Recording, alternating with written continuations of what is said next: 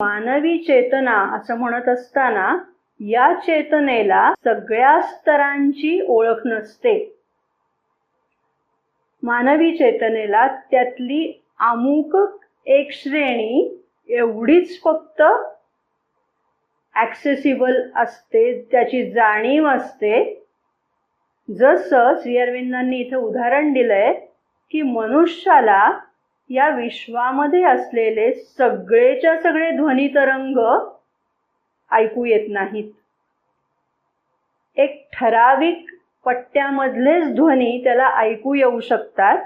त्या पट्ट्याच्या पलीकडे सुद्धा अनेक ध्वनितरंग असतात की जे आवाजाच्या दृष्टीने अधिक तीव्र असतात किंवा मनुष्याच्या कानांना झेपू शकतील त्याच्या पलीकडचे ते असतात.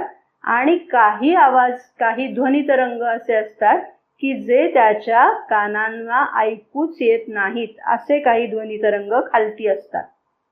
मग ते जसे ऐकू येत नाहीत, मधल्याच एका टप्प्यामधले ध्वनितरंग ऐकू येतात, त्याचप्रमाणे मनुष्याची चेतना ही पण अशीच एका कक्षेमध्ये सामावलेली आहे.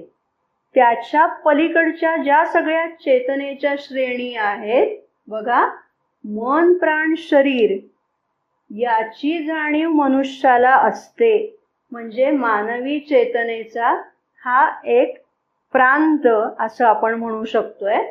त्याच्यावरच्या ज्या श्रेणी असतात त्यांना अतिचेतन श्रेणी म्हटलं जातं आणि त्याच्या खालच्या ज्या श्रेणी आहेत त्याला अवचेतन किंवा अधोचेतन किंवा अचेतन असं म्हटलं जातं.